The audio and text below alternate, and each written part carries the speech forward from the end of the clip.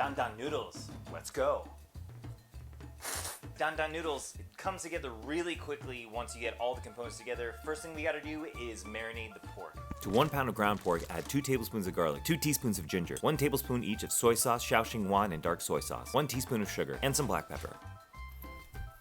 Alright, you hangry people, it's time to get saucy. To a bowl, add 1 tablespoon of garlic, 2 tablespoons of sesame paste, 1 tablespoon of dark soy sauce, 1 tablespoon of soy sauce, 4 tablespoons of chili oil, 1 teaspoon of Szechuan peppercorns, 1/2 teaspoon of sugar, 1 teaspoon of rice vinegar, and boom, sauce is done. Cook off the marinated pork with a 1/2 cup of pickled mustard greens. Cook off egg noodles with the green of your choice. Dan, assemble! Put the Dan sauce in the bottom of your bowl. Top with noodles, greens, scallions, pork, and toasted sesame seeds. Pour in a 1/4 cup of hot chicken broth and stir to combine. So that's how easy it is to make Dan noodles. Super delicious, spicy. I'm sweating because it's so spicy, but it's so good.